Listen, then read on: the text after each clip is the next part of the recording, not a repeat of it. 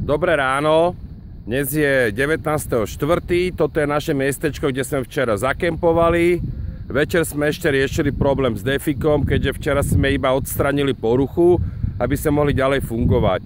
Nakoniec po všetkých konzultáciách a všetkých predajcoch Defenderov sme zistili, že je to nárazové čidlo, čo sme aj podľa netu aj predpokladali, akurát sme ho nevedeli deaktivovať. A nakoniec to bolo tak, že len kľúč sa dal na chvíľku do nejakej polohy, potom do nejakej polohy, na 2 minúty vypol a prestalo to a všetko znova išlo. Čiže vec, čo sa dala odstrániť za minútu, tak sme odstraňovali niekoľko hodín. Ináč v noci bolo dosť teplo, sme spali v podstate vyzlečení, len tak prikrytí s pacakmi.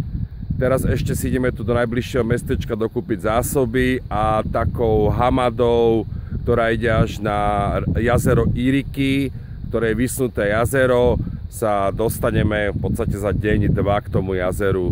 Ale to není moc obývaná zóna, tak si radšej nakúpime teraz. A v takejto krásnej panoráme sme spali. Aj s ranným krásnym východom slnka. Ktorý som síce nenatočil, ale vykúkal som ho zo svagu.